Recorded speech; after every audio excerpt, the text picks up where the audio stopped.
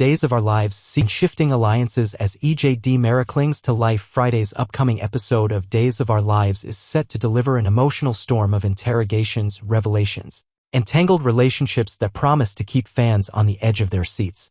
As tensions rise in Salem, so do the number of suspects surrounding the shocking shooting of EJ Mara, and the fallout is spreading like wildfire.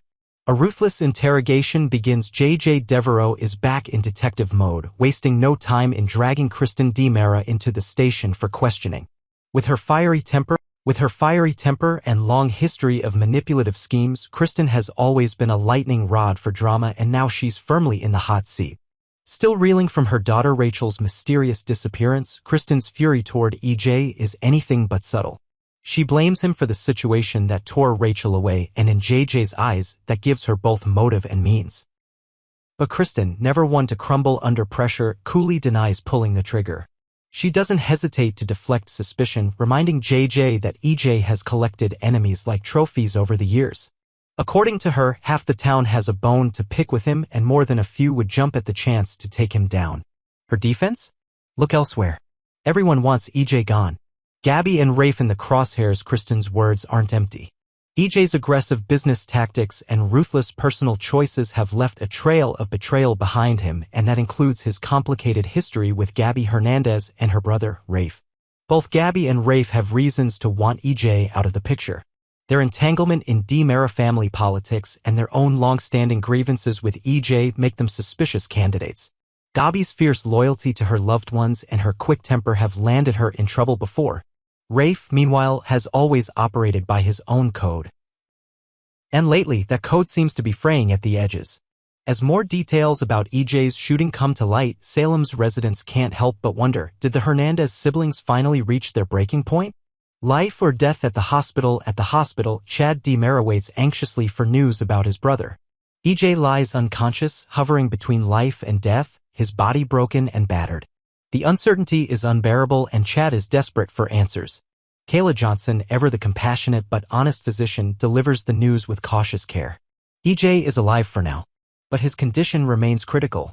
The extent of his injuries is severe, and while they've stabilized him for the moment, there are no guarantees. Recovery, if it comes, will be long and uncertain. Chad finally gets the chance to visit EJ, but the moment is anything but peaceful. The sight of his once powerful brother reduced to a fragile state shakes Chad to his core. And just when it seems EJ might show signs of improvement, he takes a sudden turn. Monitors beep. Nurses rush in. Chad is left clinging to hope in a sea of chaos.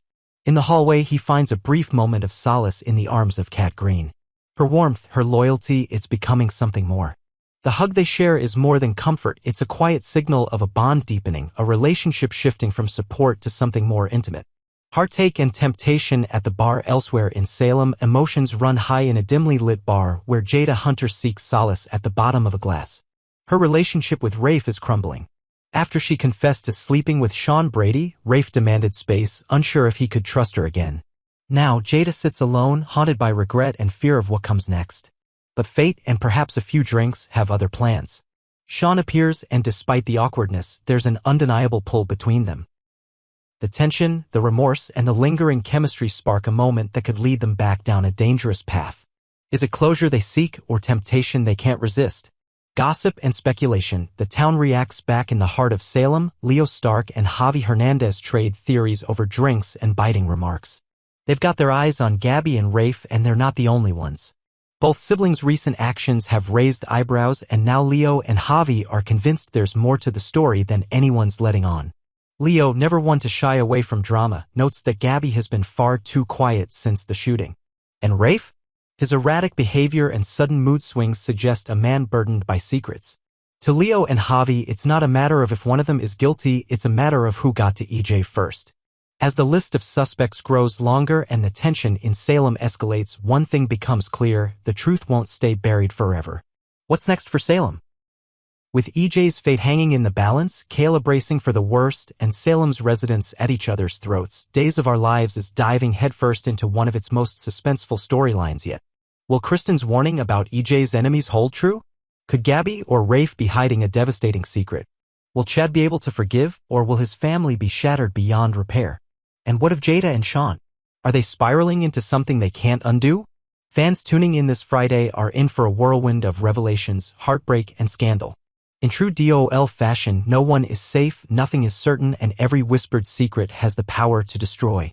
Next, on Thursday episode, Days of Our Lives, tragedy at the DiMera mansion, the wounds that never fully heal. The stillness of the Salem Police Department is shattered when J.J. Devereaux, eyes shadowed with concern, dials a number that rings unanswered.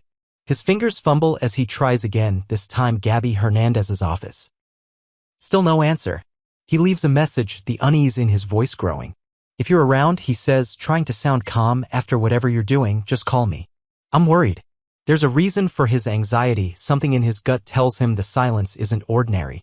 Just as he lowers the phone, a crime scene investigator rushes in, face pale, urgency in every movement. There's been a shooting, she tells him.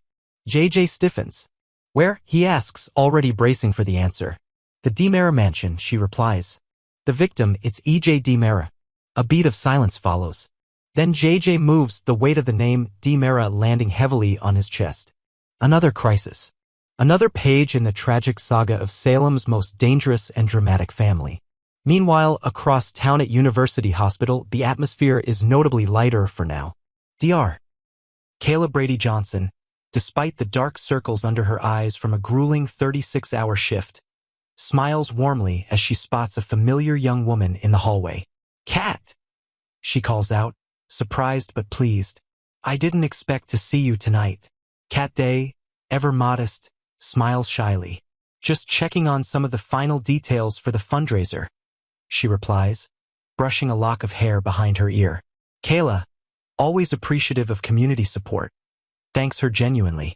You've done so much to help, especially with organizing the entertainment and rallying donors. And I have to say, I'm impressed. The band you lined up is fantastic. And that bachelor auction idea? Chad DiMera as one of the bachelors? You've got half the town buzzing. Kat laughs lightly, but it's clear she's proud of the event. She and Chad have been working closely together.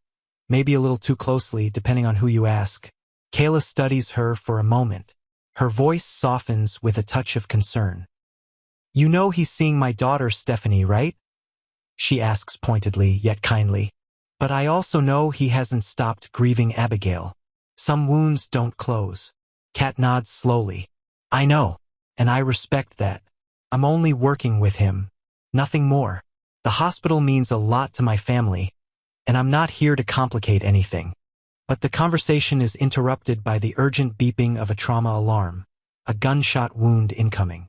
Kayla's instincts kick in, and she's off in a flash. Kat hesitates for a moment, then follows, drawn to the chaos like a moth to a flame. In the emergency room, it's already a blur of voices, movement, and crimson. Chad DiMera stands near the entrance, visibly shaken, blood on his hand, though not his own. Kat rushes up to him. Chad, what happened? He looks up, eyes weary, grief-stricken. It's my brother, he says flatly. EJ. He's been shot. Barely made it. There's no love lost between Chad and EJ. Their relationship has always been complicated, rivalrous, tumultuous, a seesaw between resentment and reluctant loyalty. But family is family. And as Chad speaks, there's no mistaking the pain in his voice. I don't always agree with him, Chad admits. But when Abigail died, he showed up for me. He didn't have to, but he did. Kat places a comforting hand on his arm, unsure what to say. Sometimes there's nothing that makes it better. Only presence matters. A moment later, JJ enters, ready to take Chad's statement. The air thickens with unresolved history between the two men, not of animosity, but of shared pain. JJ flips open his notebook but doesn't write. What can you tell me? Chad runs a hand through his hair, eyes unfocused. If you want EJ's enemies list, we'll be here all night, he says grimly. I didn't see or hear anything.